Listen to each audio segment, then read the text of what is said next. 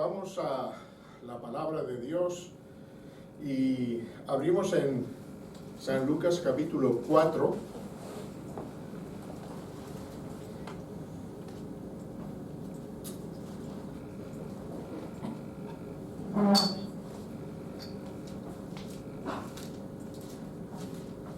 En el verso 16.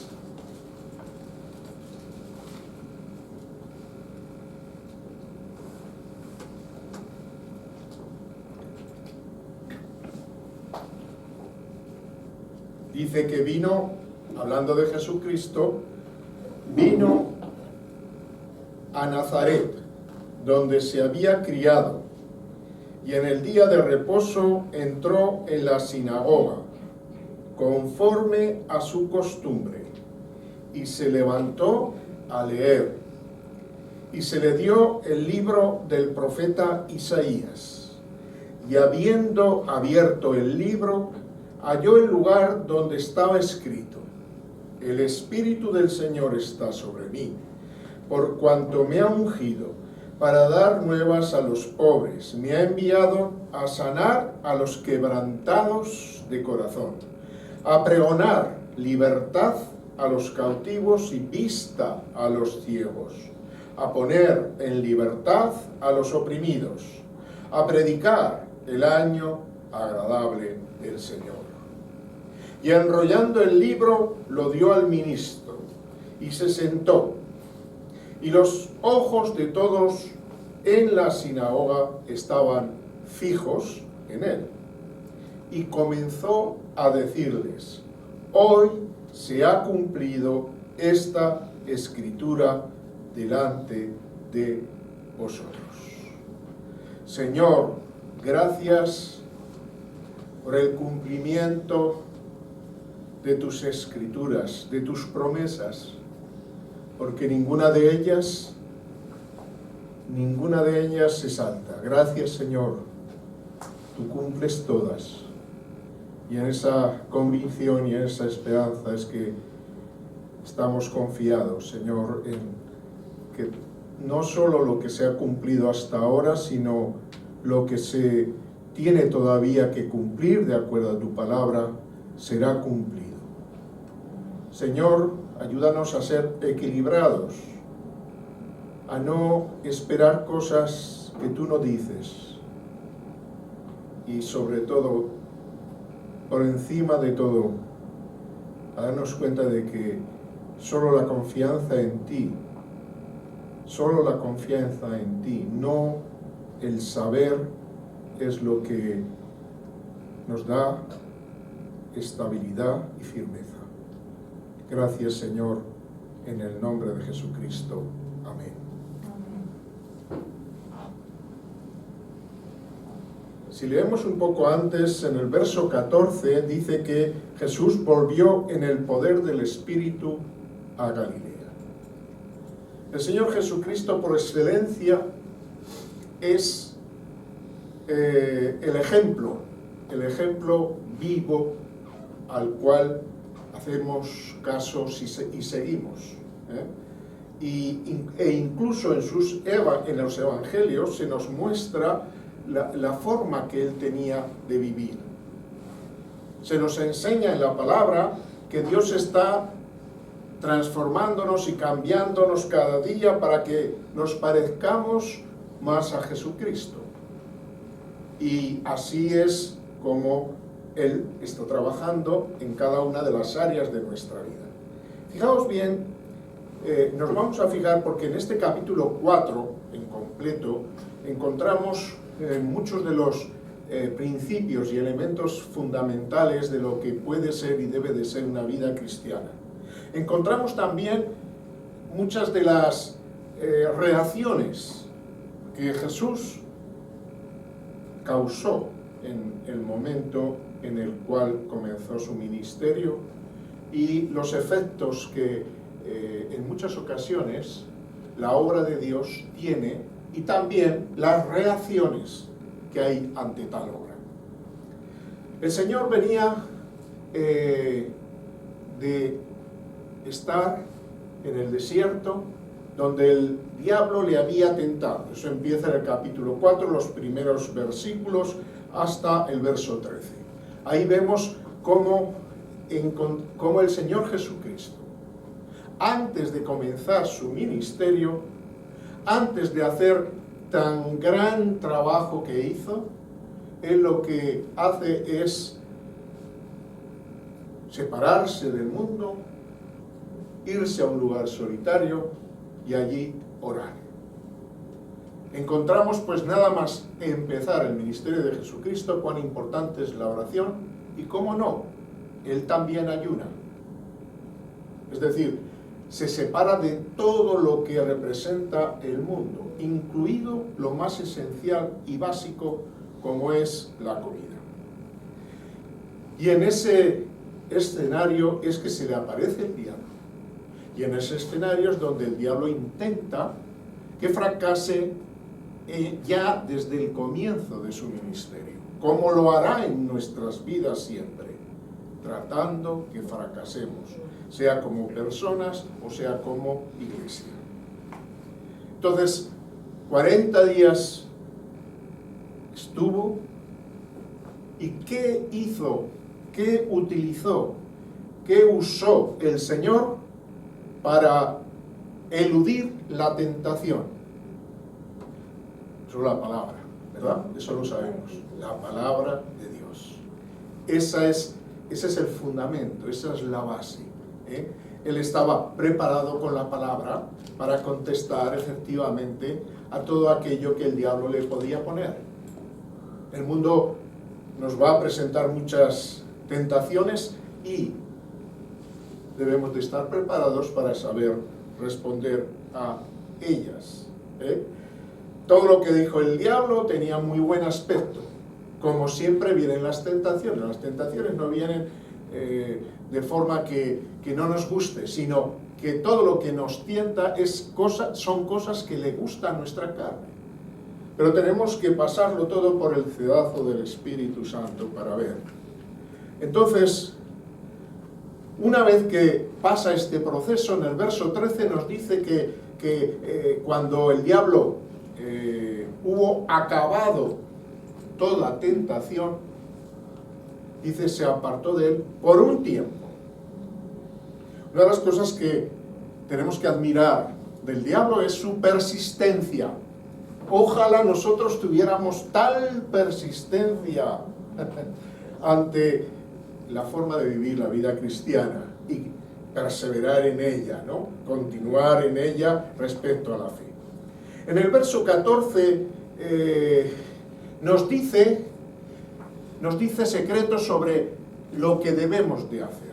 Es curioso que este elemento que es el retirarse del Señor, en este caso al comienzo de su ministerio, en el periodo más largo que conocemos que estuvo él tanto ayunando como orando, pero no el único, porque vemos que repetidamente el Señor, cuando tenía que al día siguiente hacer algo importante, él también estaba primero orando, primero buscando la voluntad de su Padre Celestial. Por eso, en el versículo 14, nos dice que Jesús volvió, pero no volvió igual que estaba antes. Volvió en el poder del Espíritu. Una de las cosas que deseamos es el poder del Espíritu. Pero el gran problema está en la forma que entendemos para qué significa este poder. Este poder significa que debemos de entender mejor lo que es la voluntad de Dios. No se trata de un poder para que yo haga lo que quiera, sino es un poder para entender y hacer mejor la voluntad de Dios. No mi voluntad ni la voluntad de los hombres, mi voluntad. Desgraciadamente a veces caemos en ese territorio de la complacencia de uno o de otros. Y entonces actuamos de acuerdo a los deseos de esa complacencia y nos perdemos los verdaderos deseos de Dios en su voluntad. Tenemos que tener cuidado con esto. Pero aprendamos siempre que queremos hacer algo para Dios, queremos volver de alguna manera, no es sino el poder del Espíritu. Es curioso que Jesucristo no se va a un retiro donde están todo el día enseñando. Él se va y se retira, pero se retira solo y buscando la voluntad de Dios en oración. ¿Qué ocurriría si hiciéramos convencidos, motivados, un retiro en el cual solo fuéramos a orar en espíritu, en verdad, a orar y adorar en espíritu y en verdad? ¿Qué ocurriría en nuestras vidas? Quizás que volviéramos en el poder del Espíritu. Cuando Jesús acomete su obra, no la acomete en su fuerza, ni la acomete en toda su sabiduría adquirida, sino que la acomete en el poder del Espíritu. Y era Jesucristo, cuidado, tuvo que llenarse, alcanzar esa llenura del Espíritu para que ese poder pudiera manifestarse. ¿Por qué? Porque el trabajo que tenía por delante era un trabajo no humano, sino espiritual. Y las cosas espirituales solo se pueden realizar por medio del poder del Espíritu. Y las dos cosas son necesarias. Es necesario el Espíritu, pero es necesario también el poder del Espíritu. No es el Espíritu solo, sino el poder que tiene el Espíritu. Un poder que nos da la fuerza que no tenemos y que nos da también la capacidad para hacer aquello que nosotros nunca podríamos ni podemos. Así que Él vuelve en el Espíritu, y ¿qué ocurre? Que a partir de este momento su fama empieza a extenderse por todas las zonas de Galilea y de toda la tierra alrededor. ¿Y qué diremos? Su fama se ha extendido hoy en día por todo el mundo. Pasados los años, su fama se ha extendido por todo el mundo. Este comienzo de ministerio fue un comienzo en el cual, en el poder del Espíritu, logró el Señor Jesucristo alcanzar todo lo que es el mundo, y todavía lo que no es alcanzado, bajo la orden que nos dio al marcharse de id y predicad, se sigue trabajando en ello, pero debemos de hacerlo en el poder del Espíritu. En el poder del Espíritu. No importa cuál sea la labor que hagamos, pequeñita o grande, no importa, necesitamos el poder del Espíritu. Es decir, para levantar algo, sea más pequeño o más grande, se necesita fuerza. ¿Es así? No. Si yo no tengo fuerza, no puedo levantar nada, ni una pluma, por poco pesada que sea. Por lo tanto, la fuerza es importante. El poder es así. No importa si lo que tengo que levantar o hacer o llevar a cabo con el poder de Dios pesa poco o pesa mucho. El asunto es que necesitamos ese poder. No podemos actuar en lo poco con nuestras fuerzas y en lo mucho con el poder de Dios. No, tenemos que aprender desde lo más pequeño a actuar con el poder de Dios en nuestras vidas. Cosas que nos parecen futiles, que ocurren en nuestras vidas, a lo mejor son elementos donde Dios nos está probando, donde está Dios viendo si realmente hemos aprendido la lección de volver en el Espíritu, volver en el poder del Espíritu para tener eficacia en lo que hagamos, en lo poco o en lo mucho, no importa. Y otra cosa importante es ese vacío que se está produciendo en la iglesia. Este tiempo es un tiempo de criba, da miedo porque es un tiempo de criba. Muchos se van a quedar en el camino, y no por el propio COVID, sino por su propia incapacidad para seguir al Señor. Pero no debemos dejarnos atolondrar por esta situación, sino debemos seguir adelante, pero siempre en el poder del Espíritu. Entonces, dice la palabra de Dios y nos va a mostrar cuál era su ministerio en esta parte. Dice que su labor se realizaba en las sinagogas de ellos y era glorificado por todos. Pero fijaos bien cómo veremos que llega un momento en que las sinagogas no es bien recibido. Porque cuando uno va con la verdad por delante de la sinagoga o en los lugares donde hay tradición, donde ya hay una forma de actuar, romper esos criterios resulta bastante difícil. Así que, ¿qué ocurre? Que encontramos a Jesús predicando en el monte, predicando en las calles, predicando donde había necesitados, predicando allá en la fuente de la Hermosa, en la puerta de no sé dónde. Encontramos a Jesús que no se corta por el hecho de que no pueda predicar en la iglesia o en la sinagoga de entonces, ¿no? Sino que Él enseña en todo el lugar donde se puede, ¿no? En el ambiente. Entonces, el primer lugar donde acude, y ahí es donde veía en el verso 10, es Nazaret. ¿Qué lugar era Nazaret? Todos lo sabemos.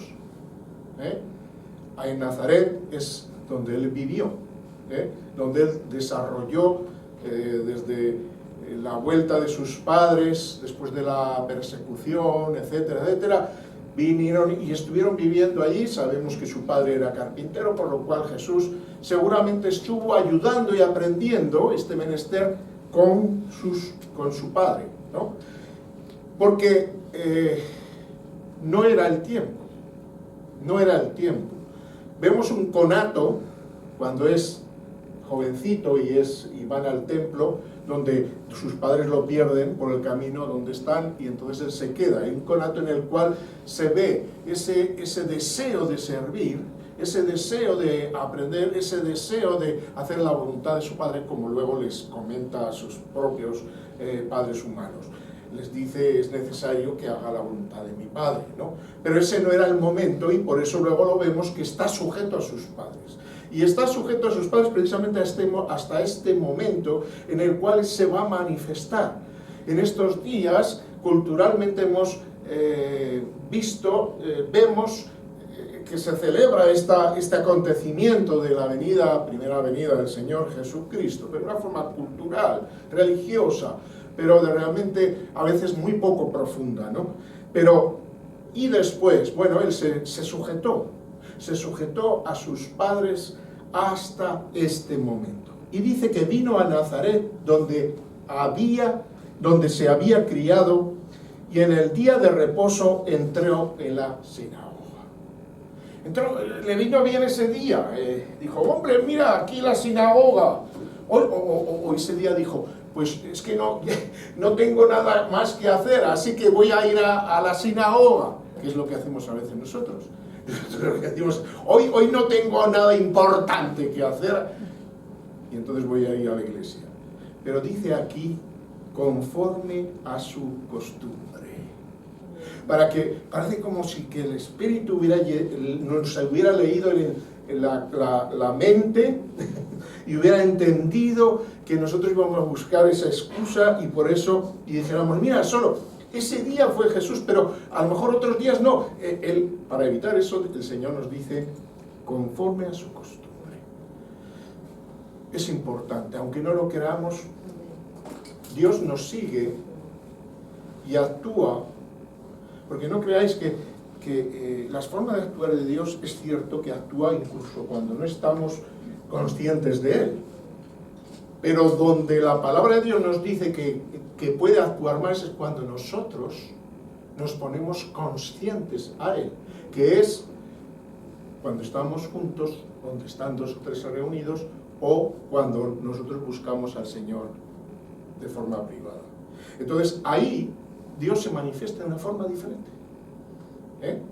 Digo, es que Dios está en todo lugar, por lo cual yo voy caminando y Dios se irá manifestando. No dejes de aprender más, sino que es verdad que Dios se manifiesta, pero a lo mejor en ese momento lo que está estirando de nosotros, ¿para qué?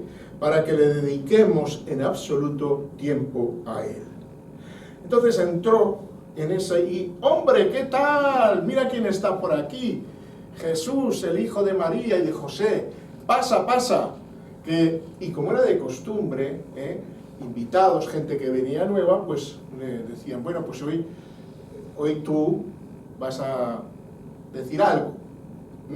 Y entonces le entregaban, entonces no era la palabra, eran unos rollos, ¿no? Y cogió el rollo el ministro, el sacerdote que había ahí en la sinagoga, y se lo dio. Toma, léelo tú. Casualidad. No es que Jesús tuviera la Biblia y dijo, Isaías, no. En aquel tiempo no era así. Es que el ministro le dio ese rollo. Ahí estaba la mano de Dios. Sin saberlo, el ministro estaba dándole precisamente el texto que tenía que leer ese día. Por eso es tan importante decir, Señor, háblame. Y cuando hacemos eso, a veces Dios nos habla a través de la Escritura, mayormente a través de la Escritura. Y entonces dice que en el verso 17 se le dio el libro de Isaías, del profeta Isaías, abre el libro, y qué casualidad que haya un lugar donde dice lo que hemos leído, que el Espíritu está sobre mí, por cuanto me ha ungido para dar buenas nuevas a los pobres, me ha enviado a sanar a los quebrantados de corazón, a pregonar libertad a los cautivos y vista a los ciegos, y a poner en libertad a los oprimidos y predicar el año agradable del Señor. Enrolla el libro, se lo devuelve al ministro, se sienta, y todos esperando a ver qué decía. ¿Cuántas veces se habría leído ese texto? ¿Cuántas veces se habría leído? Pero en ese momento estaba no solo el texto profético, sino el cumplimiento. ¿Os imagináis? ¡Qué tremendo! Y entonces el Señor dice que les dijo, hoy se ha cumplido esta escritura delante de vosotros. Yo soy desde el que hablan. Desde que hablan soy yo. Y fijaos bien que las reacciones son extrañas, ¿no? Dicen que todos estaban dando testimonio, se maravillaban, pero empiezan las dudillas. Este no es el hijo de José. Este que corría por aquí cuando era niño y lo veíamos y lo veíamos ayudar a su padre con el martillo allí dándole a la madera. Y ahora nos viene aquí diciendo que él es. Y Jesús, que conoce el corazón, conocía el corazón y sigue conociéndolo de los hombres, se les adelanta y les dice, sin duda me decís o me diréis este refrán, médico, cúrate a ti mismo. De tantas cosas que hemos oído que se han hecho en Capernaum, haz también aquí en tu tierra. Cuando Jesús comienza, digamos, porque el ministerio de Jesús comienza en varias fases. Una de las fases es cuando, ¿os acordáis que es invitado a una boda y ahí convierte el vino, etcétera? Luego está la elección de los discípulos, apóstoles. Bueno, todo ese proceso ya se había hecho y él se había instalado, digamos que la base desde la que trabajaba era Capernaum. Ahí es donde él estaba. Desde ahí es donde él se movía, ¿no? Ahí Capernaum es donde estaba Pedro, donde luego cura a la suegra, etc. Pero él va a Nazaret, a su pueblo, como le tocaba ir a muchos lugares, como vemos después. Entonces, allí en su lugar, qué mejor, ¿no?, que a veces uno ir a su propia familia. Uno desea que su familia, sus seres queridos, su pueblo, su lugar, sean personas que reciban de Dios, que reciban la salvación. Ese es el deseo de un verdadero hijo de Dios. En lo más hondo deseamos y oramos por eso, ¿no? Entonces, él se adelanta y le dice esto, ¿no? Tú has hecho muchas cosas, o sea, en Capernaum, o sea, él lee los pensamientos. Tú has hecho muchas cosas, pero aquí no has hecho nada. Porque cuando buscamos a Dios a veces buscamos por lo que Él nos hace, por lo que Él nos da. Cuando uno comienza en la vida cristiana realmente es así de egoísta. Y Dios tolera ese egoísmo porque va a través de ese egoísmo enseñándonos a depender de otra manera de Él, ¿no? Entonces dice, igual que se han hecho muchas cosas en Capernaum, ven a tu tierra y hazlo aquí, ¿eh? Fijaos que ese es un espíritu y un principio que hay en el humano. El humano es, yo quiero que me hagas, yo quiero que hagas aquí, yo quiero ver, yo quiero, es decir, esa es la voluntad de Dios. ¿Cuál es la voluntad de Dios? Muchas veces la gente se va a un sitio o a otro, ¿por qué? Porque es que Dios está obrando en aquella iglesia, no aquí. O Dios está obrando, hemos visto aquí un auditorio que allí había unos cuantos miles de personas, ¿eh? Y uno cuando mira eso dice, ¡ay, Dios está obrando! ¡Qué incapacidad para aceptar lo que Dios hace y cómo lo hace! Tenemos que dar gracias a Dios, alegrarnos, porque en un lugar el Señor está obrando y hay miles, y otro lugar donde la iglesia es perseguida apenas se pueden reunir 2 o 3, a escondidas porque no les da para más. Y tienen que ir cambiando de un lado para otro. Y gracias a Dios por lo que nos toca a nosotros como iglesia local. Yo tengo que dar gracias a Dios. Y no puedo, en todo caso, si tengo que mirar algo, o si tenemos que mirar, la recomendación es mirar cuál es la voluntad de Dios. Estamos haciendo la voluntad de Dios. Estamos permitiendo que Dios haga la voluntad de Dios. ¿Estoy yo comprometido con esa voluntad? ¿O hay alguien que lo haga Él? Porque cada uno de nosotros estamos comprometidos con la voluntad de Dios, ¿eh? Pero esto lo que estaba es diciéndole, no, vamos a ver, lo que has hecho allí no sirve para nada, lo de Capernaum. Lo que está diciendo Dios por ahí, por eso, no, aquí. Queremos ver aquí, ¿eh? ¿Y si Dios quiere que...? Vamos a ver qué dice. Y añadió, de cierto os digo que ningún profeta es acepto en su propia tierra. Y entonces les pone un recuerdo. Le dice, en verdad os digo que muchas viudas había en Israel en los días de Elías. Nos revela algo que no nos revela. Era una hambruna lo que había. Y en aquel tiempo no había ayudas del gobierno. El que era pobre. Y la viuda se convertía en muy viuda, es decir, muy necesitada. Y recordamos la historia de Elías, ¿no? Cómo esa viuda estaba necesitada y cómo Dios, a través de Elías, con la fe que actuó en esta mujer. Pero esta mujer, curiosamente, no era, dice, había muchas viudas en Israel. Pero de pronto Dios, mira por dónde, abandona a esas viudas y va a otra viuda que no es de Israel, en Sarepta, y allí mira por donde el profeta le provee, la hace medio rica. ¿Os dais cuenta? Es la voluntad de Dios. La voluntad de Dios hace a este y a aquel no. Te hace a ti y a mí no, al revés. Y lo aceptamos o no estamos en el camino. Pero pone el segundo ejemplo. El segundo ejemplo está relacionado con... ¿cómo se llama esto? Con Eliseo era, ¿no? Sí, el verso 27, Eliseo. Dice que, verso 27, y muchos leprosos había en Israel en tiempo del profeta Eliseo. Bueno, muchas necesidades hay en este mundo. Mucha gente que necesita de no sé qué y de no sé cuántas. Eso lo que nos hace, eso es diabólico. O por lo menos nosotros le damos pie al diablo. Que el diablo se meta y se pone... Porque ahí se pone de acuerdo con nosotros el diablo. Enseguida, nosotros empezamos a pensar... ¿qué que Dios se lo pone en otros sitios, pero aquí...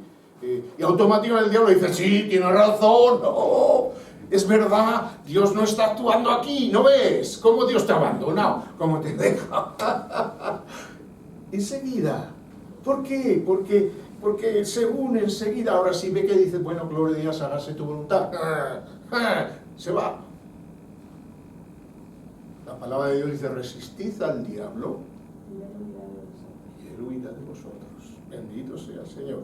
Muchos leprosos había en Israel en el tiempo de Eliseo, el profeta, pero ninguno de ellos.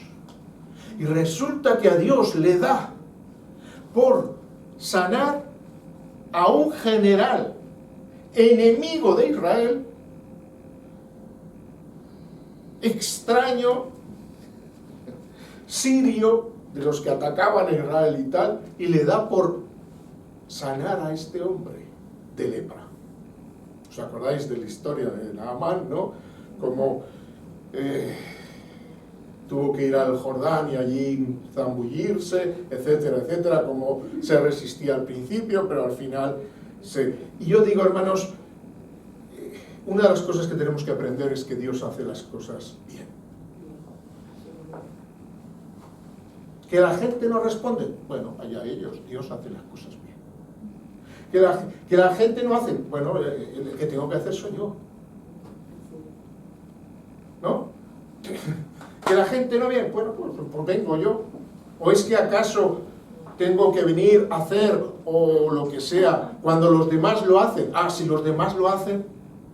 Muchos a lo mejor en este grupo, estaba mirando yo, a mí me encantaría una iglesia como esa, donde una plataforma que es tan grande como esto, más, donde están alabando, hay un montón de gente en diferentes instrumentos, chavales jóvenes y tal. Y muchos jóvenes quizá miran eso y dicen, eso es lo que yo quiero. Fijaos lo que he dicho, eso es lo que yo quiero. Esa es una forma mala de hablar. Hay que decir, me encanta eso, pero ¿qué es lo que tú quieres para mí? ¿Qué es lo que tú quieres para mí? Amén. Porque, hermanos, si ese hubiera sido el sentir de todos, nadie hubiera hecho nada. Todos buscando lo suyo. Pero cuando nosotros nos ponemos y decimos, Señor, hágase tu voluntad, que es lo que Cristo hizo. Por eso Él se fue los 40 días, porque no solamente tenía que oír qué es lo que, sino tenía que en su cuerpo, en su carne, vencer todas las batallas. Y una de las más grandes es esta, y otra que se le da, otra de las batallas que vemos que es increíblemente tremenda la que tiene que hacer, es antes de ir a la cruz, allá cuando se pone a orar y hasta la sangre con el sudor sale. La tensión que vivió Jesús, porque no podemos, en esa extraña bivalencia de Dios hombre que nos confunde a veces tanto, es una gran realidad que Él fue hombre, semejante a nosotros pero sin pecado. Esa fue la victoria que no alcanzamos nosotros en Adán. Por eso nos unimos a Jesucristo, porque ya no queremos ser de Adán, queremos ser de Cristo. Porque Cristo nos da la victoria, Adán nos hunde. Adán, el pobre, pues nos hundió. Y como estábamos, por decirlo de alguna manera, en el lomo de Adán, todos fuimos afectados.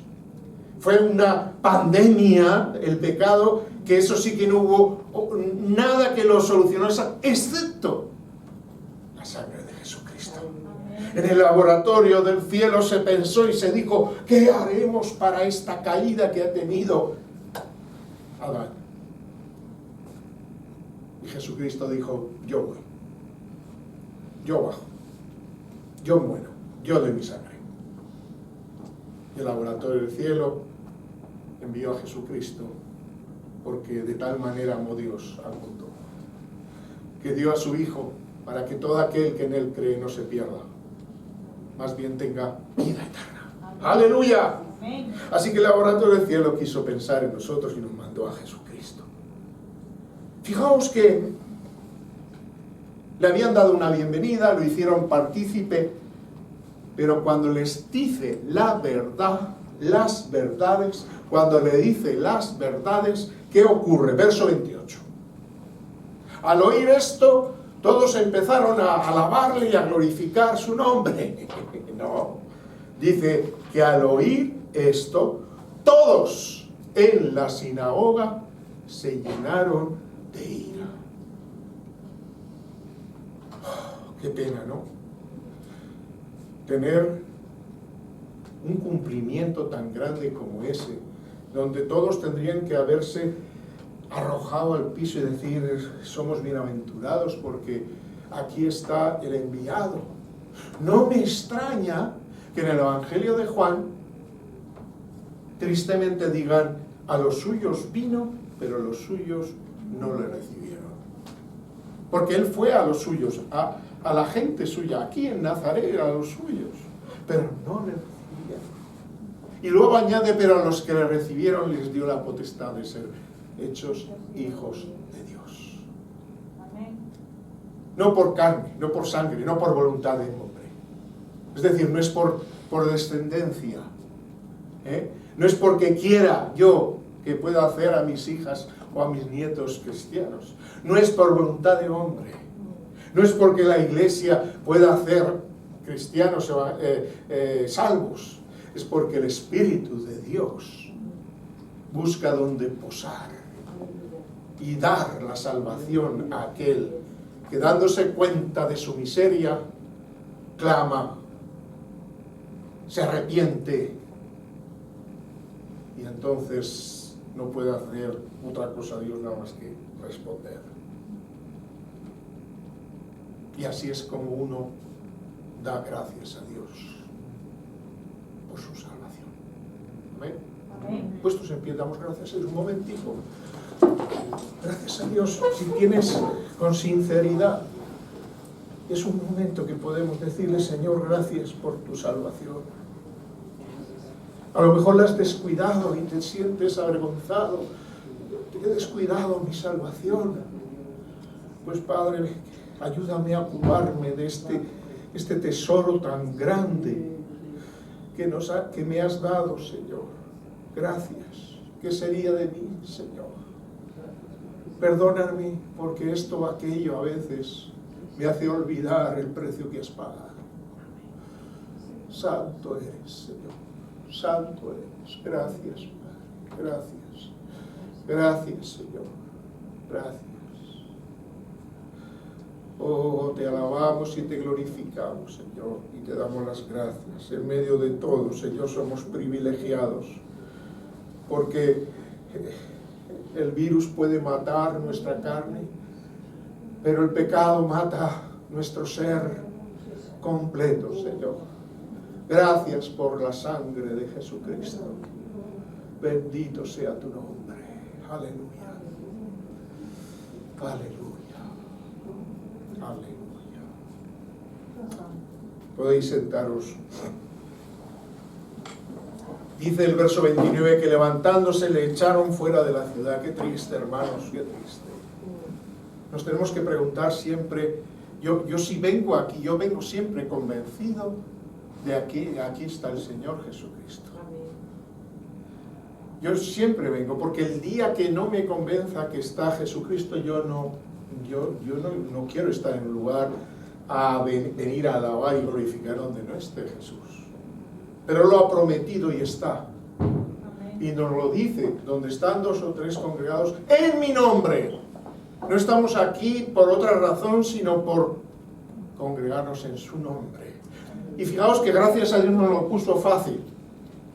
Porque si llega a poner 2 o 3 mil, pues no veas ahí esperando a ver. ¿Y quién dice 50 o quién dice 20? Pero puso 2 o 3. Fácil, toma, para que podáis hacerlo, para que no tengáis impedimentos, para que todo aquel que quiera lo pueda hacer. Bendito sea su nombre. Amén. Es tremendo, ¿no? Aleluya. Amén. Y dice que le llevaron hasta la cumbre del monte sobre el cual está edificada la ciudad de ellos. ¿Para qué? Para despeñarle. Este es el corazón humano, hermanos. No nos debe extrañar que la gente, los corazones humanos, lleguen a lo que han hecho en nuestra iglesia allá en Santander, llenarla de ratas y de insultos. No es de extrañar. ¿Por qué? Porque el corazón humano a veces se vuelve tan terrible. Pero eso es provocación. Y ahí es donde somos probados. ¿Cómo responderé yo a esa provocación? Lo que sale de la carne sería vengarnos. Pero lo que sale del Espíritu es perdonar. Y ojalá que un día esas personas se arrepientan y sean lavados por la sangre de Jesucristo. Así que, fijaos bien que tanto en la tentación de Jesús, Él usa la palabra, ¿para qué? Para vencer al diablo. Y en Nazaret utiliza la palabra como predicación en un cumplimiento, una palabra que nadie puede hacer sino aquel que en este caso Jesús pudiera hacer por su cumplimiento. Entonces, utiliza la palabra, Isaías. Tanto en uno como en otro, Jesús siempre está dentro de la palabra de Dios. Pero cuando vamos más adelante, vuelve Jesús a Capernaum y fijaos bien que se enfrenta nuevamente a los demonios. Esta vez se enfrenta a los demonios que estaban poseyendo a un hombre. Y entonces, fijaos una cosa que a mí me ha llamado la atención, ¿no? Dice, verso 33, dice, estaba en la sinagoga un hombre que tenía un espíritu de demonio inmundo, el cual exclamó a gran voz diciendo, fijaos, en la sinagoga, en la iglesia, este hombre que tenía un espíritu inmundo era más religioso que otros. Porque el diablo es más religioso que cualquiera de nosotros. El diablo cree en Dios más que muchos de los hombres. Y por eso nos encontramos aquí que dice endemoniado, no, los demonios, dice, déjanos. Reconocen a Jesucristo. Viene Jesús de Nazaret, de su propia tierra, y no lo reconocen. Llega a esta sinagoga y son los espíritus los que reconocen a Jesús. ¡Qué triste! ¡Qué triste que el mundo esté ajeno a la verdad de Dios cuando los propios que nos hacen daño, espíritus malignos, están conscientes de quién es Él! Dice, ¿qué tienes con nosotros, Jesús? Nazareno. De Nazaret. ¿Has venido para destruirnos? Yo te conozco. ¿Quién eres? El Santo de Dios. Esta es una confesión en boca de un poseído que muchos deseamos. No por posesión, sino por propia iniciativa, ¿verdad? Deseamos que todos podamos decir esto. Te conozco, tú eres el Santo de Dios. Pero decirlo con reverencia, decirlo con humildad, con entrega, ¿verdad? Entonces Jesús le reprende, le dice, cállate y sal de él. ¿Por qué? ¿Por qué? Porque en este momento, fíjate, él no tenía que ser revelado todavía. El proceso de Jesús era un proceso que iba, en esos 3 años que estuvo, revelándose al pueblo poco a poco. Entonces el diablo, los espíritus del mundo serán los primeros que iban a reconocerle. Y él lo que quería es que le reconociesen aquellos que el Padre les entregó, que luego ora por ellos. A lo que me has dado yo los he guardado. Entonces dice que entonces el demonio, derribándole en medio de ellos, salió de él y no le hizo daño alguno. ¿Por qué ocurrió esto? Porque, como vimos en el verso 14, dice que Jesús volvió en el poder del Espíritu. Por eso fue posible que se hiciera esto. Por eso fue posible que venciera al diablo. Por eso fue posible que pudiera predicar la verdad en un lugar que sabía que le iban a echar. Por eso él se enfrentó a los demonios. Se enfrentó después a la enfermedad. Verso 38, se levantó y salió de la sinagoga y entró en casa de Simón. La suegra de Simón tenía una gran fiebre y le rogaron por ella. E inclinándose hacia ella, reprendió la fiebre y la fiebre la dejó, levantándose y al instante le servía. Porque este es el proceso. La suegra de Pedro es la viva imagen de lo que debemos de hacer. Cuando Dios sana nuestra vida de nuestros pecados, perdona nuestros pecados y hace que nos arrepintamos, es para que nos levantemos y le sirvamos.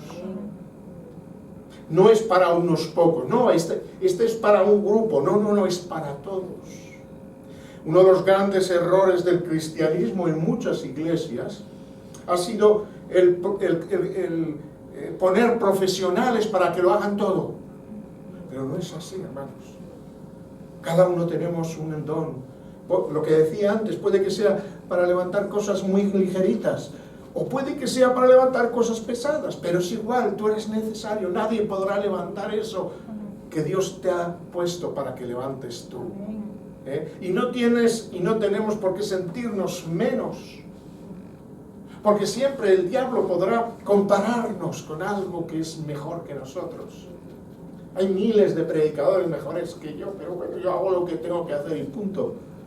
Y gracias a Dios por esos miles, y si hubiera millones, mejor todavía. Amén. Bendito sea su nombre. ¿Por qué? Porque cada uno debemos de hacer a lo que hemos sido llamados. Bendito sea el Señor. Fijaos que la gente, cuando ve este proceso y lo reconoce en el verso 36, dice que estaban todos maravillados y hablaban unos con otros diciendo: ¿qué palabra es esta? Ya no está en Nazaret, está en Capernaum. Y dice: ¿qué palabra es esta? Que con autoridad y poder manda a los espíritus mundos y salen. Pero no los espíritus que ellos quieren, en el lugar donde ellos quieren. ¿Cuántos espíritus, cuánta gente habría endemoniada en el mundo en ese momento? Pero Dios fue y envió a Jesús a unos o a otros o a otros. Ay, hermanos, es que nosotros no podemos decirle a Dios qué tiene que hacer. Tenemos que aceptarlo. Y hay muchos enfermos, muchas suegras enfermas. ¿O no? Seguramente que había suegras enfermas en ese momento, pero el Señor entra en la casa de Pedro y allí es donde la suegra de Pedro es sanada. Y ahora la suegra de la vecina de allá dice: ¿y por qué a mí no? Pues porque a lo mejor Dios te va a enseñar algo a través de la enfermedad. Porque aquello que no es válido para Dios, Él lo quita.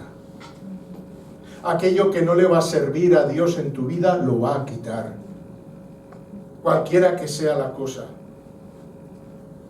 Pero lo que tengamos, aunque desde el punto de vista humano pueda ser malo, bajo mi criterio, hermanos, con toda humildad digo, Dios lo utiliza. Gloria al Señor. Y qué bueno que lo utilice, porque eso quiere decir que está bajo su control.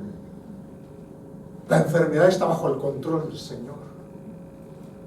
Hay gente que estaba enferma y que le han dicho que se iba a morir en una semana y ha vivido años porque creyeron en el Señor. Aleluya. Él está en control si nosotros dejamos que Él esté en control. Cuando vamos a la nuestra, entonces ya no puede estar en control. Así que no solo eso, sino a partir del verso 40, nos dice cómo ese poder actuaba. Dice, al poner sol, todos los que tenían enfermos de diversas enfermedades los traían a él, y él poniendo las manos sobre cada uno de ellos los sanaba. Eso en Capernaum, pero Nazaret decía, ¿y por qué nosotros no? Porque no era la voluntad de Dios, porque no era el momento, porque no quisieron. Porque dice la palabra en cuanto a Nazaret, en otra parte, dice que no pudo hacer muchas señales. Nos revela que no pudo hacer muchas señales a causa de la incredulidad de ellos. Porque decían, ¿qué va a hacerme? A veces menospreciamos lo que conocemos. Menospreciamos, ¿qué va a hacer si lo conozco? Va al servicio como todo el mundo. ¿A qué va a hacer? Bueno, si es un instrumento de Dios puede hacer maravillas. No él, Dios a través de él. Dios puede hacer maravillas a través de ti y de mí. Y entonces se levantan, sanaba, salían demonios de muchos, y ellos confesaban, tú eres el Hijo de Dios. Le reprendían, no le dejaban hablar. Pero aquí yo veo tristeza, porque a los suyos vino y no lo recibieron. Y los demonios lo reciben, es decir, lo reconocen, saben quién es, proclaman su nombre. Pero lo que decía, y termino,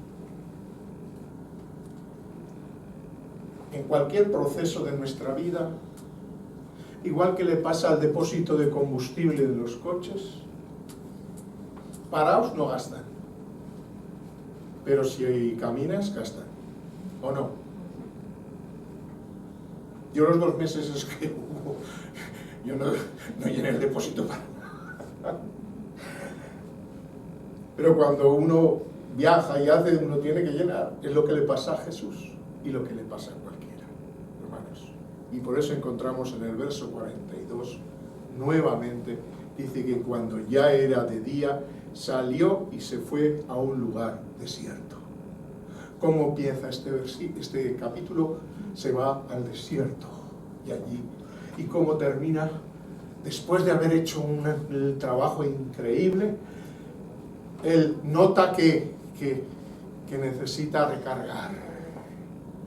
Y dice, y la gente le buscaba, pero él se fue a un desierto. Y a continuación la gente que deseaba que se quedara le dice, quédate con nosotros, pero él dice, no, tengo que ir a otros lugares. Es lo que decíamos antes. Nosotros queremos que Dios a nosotros, pero Dios tiene que bendecir a muchos por todos los lados. Y nosotros tenemos que querer que gloria a Dios cuando escuchamos la bendición que hay en no sé dónde. Y para eso oramos, para que Dios bendiga. Sobre todo cuando hay problemas como ha habido de inundaciones y terribles terremotos o cosas, pues nosotros oramos por esos lugares, para que Dios envíe, porque ya no pedimos por nosotros, pedimos por ellos, porque en ese momento ellos son los que necesitan, donde deben de ser bendecidos. Es necesario que el Señor vaya a otros lugares. Es necesario que el Evangelio sea predicado en todo el mundo. Y eso dice en el verso 44, y predicado en las sinagogas de Galilea. Aleluya.